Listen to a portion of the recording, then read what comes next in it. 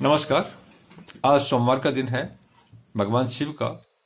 तो मैं इन्हीं से संबंधित अधोरास्त्र आदि शांति विधान का कथन करूंगा, जिसमें ग्रह दोष या अन्य बीमारी वगैरह है उनका निवारण कैसे हो, बड़ा सही तरीके से शास्त्रों में बताया गया है। वही मैं आपका वर्णन कर रहा हूं, तो कृपया ध्यानपूर्वक सुने। इसमें कई चीजों का निवारण है, कई बीमारियों का निवारण है। किस तरह से होम किया जाए, किन चीजों से होम किया जाए और कैसे किया जाए, वो सब उसका विस्तार पूर्वक उल्लेख करूंगा। समस्त कर्मों में यस्त्र आग करना चाहिए। यह सिद्धि प्रदान करने वाला है। मध्य भाग में शिव, विष्णु आदि के अस्त्र की पूजा करनी चाहिए तथा पूर्वादि दिशाओं में क्रमश इंद्र आदि दिक्पालों के वज्र आदि अस्त्रों का पूजन करना चाहिए। भगवान शंकर के 5 मुख और 10 हाथ हैं। उनके इस स्वरूप का ध्यान करते हुए युद्ध से पूर्व पूजा कर ली जाए तो विजय की प्राप्ति होती है। ग्रह पूजा करते समय नवग्रह चक्र के मध्य में सूर्य देव की तथा पूर्वादि दिशा में सोम आदि की अर्चना करनी चाहिए।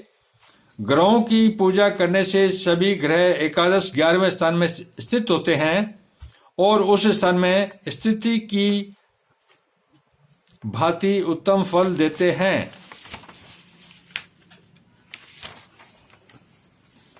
अब मैं समस्त उत्पातों का नाश करने वाली अस्त्र शांति का वर्णन करूंगा। यह शांति ग्रह रोग आदि को शांत करने वाली तथा महामारी और शत्रु का मर्दन अर्थात नाश करने वाली है।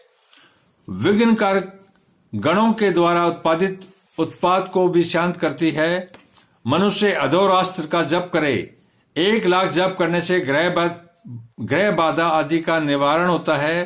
किसी तरह की ग्रह बाधा आ रही है तो 1 लाख अधोरास्त्र का जप करना होगा, तो वो बाधा खत्म हो जाएगी, निवारण होता है। और तिल से दशांश होम कर दिया जाए तो उत्पातों का नाश होता है। अगर तिलों से दशांश 10 बार, तो उत्पात किसी तरह के, चाहे प्राकृतिक हो, चाहे सामाजिक हो, चाहे कोई किसी तरह का उत्पात हो, तो उनके अंदर तिलों के होम द्वारा उनका नाश हो जाएगा।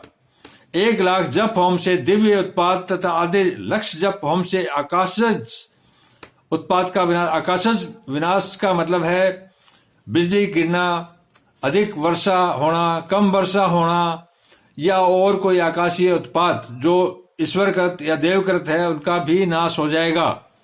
घी की 1 लाख आहुति देने से भूमिज उत्पाद के निवारण सफलता प्राप्त होती है। जैसे भूमिज का मतलब है अकाल पड़ना, महामारी फैलना, या फसल न होना, या और कोई इस तरह से जो भूमि से संबंधित है, उनका नाश हो जाएगा।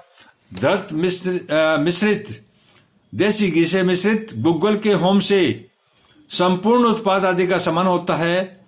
दुर्वा, अक्षत और घी की आहुति देने से सारे रोग दूर होते हैं। दुर्वा,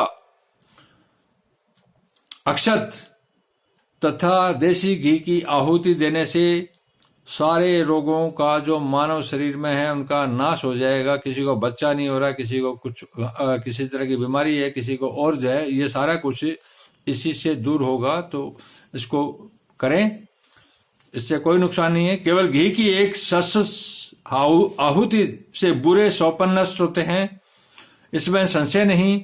वही आहुति आदि 10,000 की संख्या में दी जाए तो ग्रह दोष कोई भी हो, उसमें अगर आहुति दी जाए तो उनका सबका नाश हो जाएगा। धृत मिश्रित जो कि 10,000 आहुतियों से विनायक जनित यानी गणेश जनित जो भी विघ्न है, उस पीड़ा का निवारण होता है। 10,000 घी की आहुति से तथा गुग्गल की 10 सशस्त्र आहुति से भूत वेताल आदि की भी शांति होती है। यदि कोई बड़ा भारी वृक्ष आदि आंधी आदि से स्वतः उड़कर गिर जाए, घर में सर्प का कंकाल हो तथा वन में प्रवेश करना पड़े तो दुर्वा, घी और अक्षत के होम से विघ्न की शांति होती है। उल्कापात या भूकंप हो तो तिल और घी से होम करने से कल्याण होता है।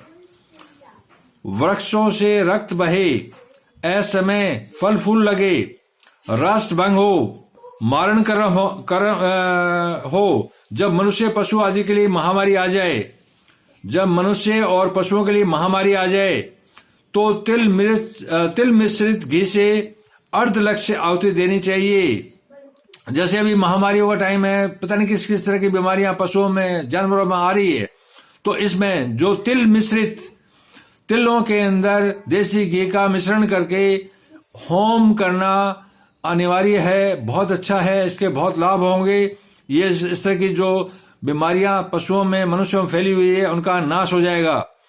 इससे दोषों का शमन होता है। यदि हाथी के लिए महामारी उपस्थित हो तो हथनी के दांत बढ़ जाएं अथवा हथनी के गंड स्थल से मंद फूटकर बहने लगे तो इन सब दोषों की शांति के लिए 10,000 आहुतियां देनी चाहिए।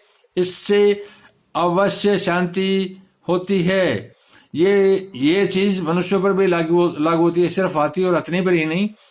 जहां असमय में गर्भपात हो, अगर बच्चा ठहर नहीं रहा पेट में, अगर उसका गर्भपात हो रहा है, बार बार गर्भपात हो रहा है, और जहां जिस घर में बालक लेते, जिस माँ का बालक जन्म लेते ही मर जाता हो, जिस घर में विकृत अंग वाले यानी लंगड़े लूले बच्चे पैदा हो रहे हैं, और जहां जहां समय पूर्ण होने से पूर्व बालक का जन्म होता है, यानी समय से पूर्व सतमस्सा, छठमस्सा, अठमस्सा जो बच्चे पैदा हो रहे हैं और पूर्ण नहीं हो रहे हो, तो इन सब दोषों के शमन के लिए 10,000 आहुतियां देनी चाहिए।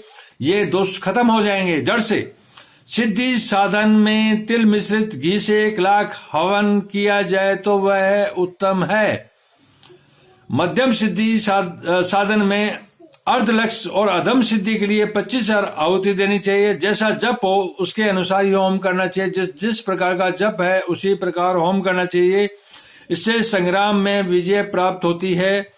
न्यासपूर्वक तेजस्वी पंचमुख का ध्यान करके, शिव पंचमुख भी है, पंचमुख के रूप में करके अधोरास्त्र का जप करना चाहिए। अर्थात शिव को 5 मुख वाला मानकर आंखें बंद करके ध्यान किया जाए कि वो 5 मुख वाला है, तो उसके अधोरास्त्र का जप करना चाहिए।